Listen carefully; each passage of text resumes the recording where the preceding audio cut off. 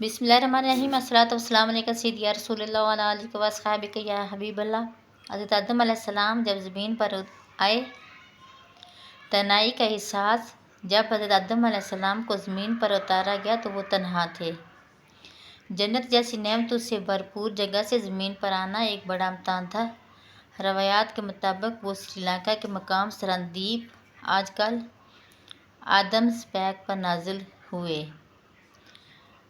हज़रत हव्वा अलैहिस्सलाम की जुदाई। हज़रत हव्वा अलैहिस्सलाम को जज़ीरा नुमा अरब या जद्दा सऊदी अरब के मकाम पर उतारा गया। इन दोनों ने एक दूसरे को तलाश किया और बिलाखिर अरफात के मैदान में इनकी मुलाकात हुई। ज़मीन की हालत।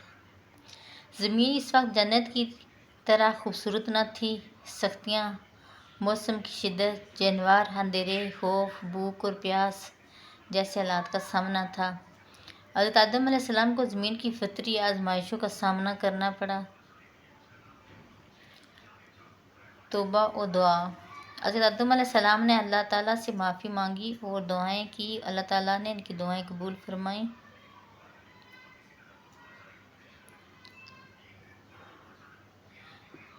आदम मर्रबा कालिमात फताब अलैहि अल-बकरा आयत नंबर 37। फिर आदम ने अपने रब से कुछ कलमात सीखे जो अल्लाह ने इनकी तौबा कबूल फरमाई। रब्बना ज़लमना अनफुसना व इल्लम तग़फिर लना तरहमना लनकुनन्ना मिनल खासिरीन।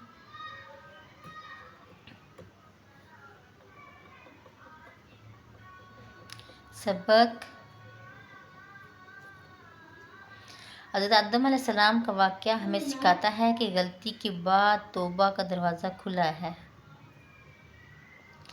ज़मीन पर ज़िंदगी आजमाइश है जिसमें सब्र, तौबा और अल्लाह की तरफ रुजू कामयाबी की कुंजी है।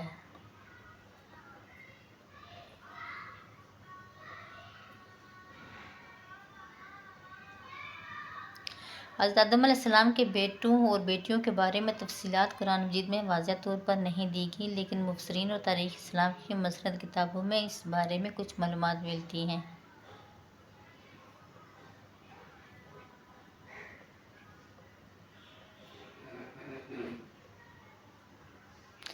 हज़रत आदम अलैहिस्सलाम के बेटे और बेटियां।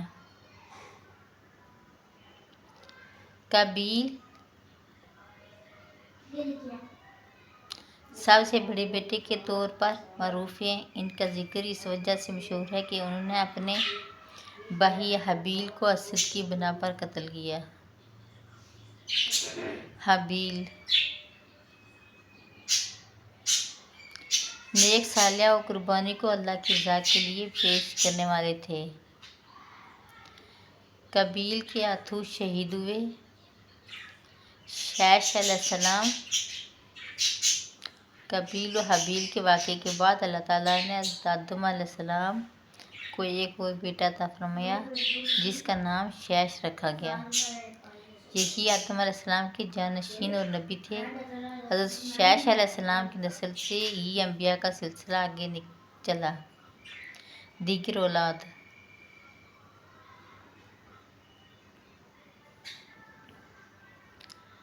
दीगर औलाद।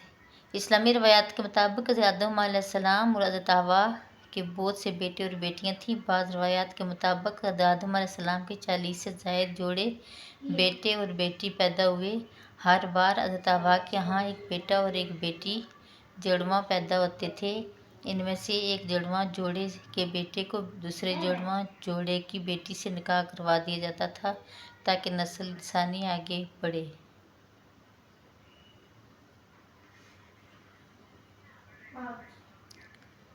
खुलासा। हज़रत आदम अलैहिस्सलाम के मशहूर बेटे काबील, हाबील, शैश अलैहिस्सलाम।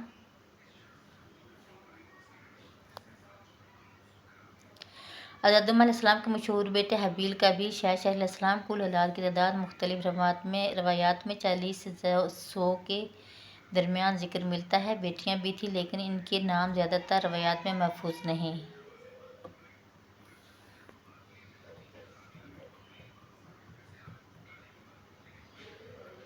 हज़रत आदम अलैहिस्सलाम की ज़ियारत कब्र। मकाम श्रीलंका, कदीम नाम सरनदीप। بعض روایات کے مطابق حضرت آدم علیہ السلام سری لنکا کے شہر کینڈی میں واقع آدمز پہاڑ پر اترے تھے۔ اسی پہاڑ پر ان کے قدم کا نشان بھی بتایا جاتا ہے، جس مختلف مذاہب مختلف نسبتوں سے دیکھتے ہیں۔ اگرچہ یہ قبر نہیں ہے لیکن حضرت آدم علیہ السلام کی آمد کا نشان مانا جاتا ہے۔ ایک اور روایات، بعض روایات کے مطابق حضرت آدم علیہ السلام کو مکہ مکرمہ یا عرفات میں دفن کیا گیا، اور بعض کے مطابق نجف عراق میں حضرت آدم اور حضرت نوح علیہ السلام دونوں کی قبریں موجود ہیں۔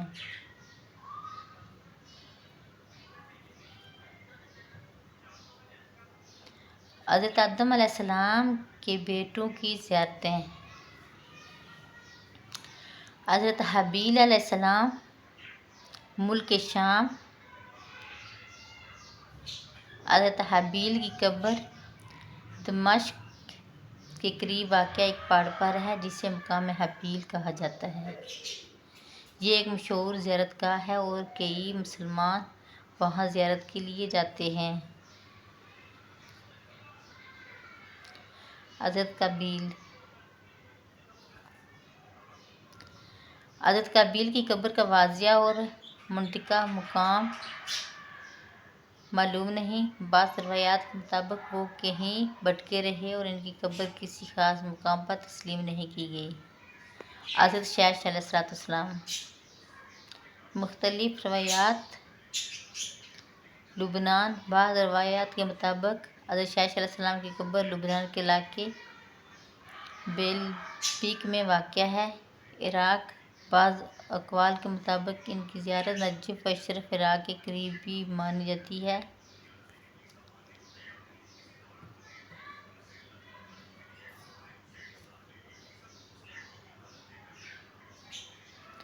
خلاصہ جدول شخصیت، زیارت کا مقام ملک حضرت آدم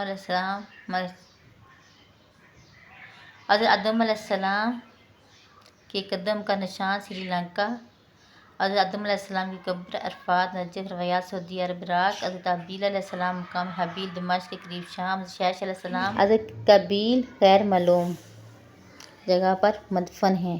اگر میری ویڈیو اچھی لگی تو میرے چینل کو لازمی سبسکرائب کریں اور شیئر کرنا نہ بھولیے۔ اللہ تعالیٰ ہم سب کا حامی و ناصر ہو۔ صلی اللہ علیہ حبیب محمد وآلہ وبارک وسلم۔ صلو علی الحبیب۔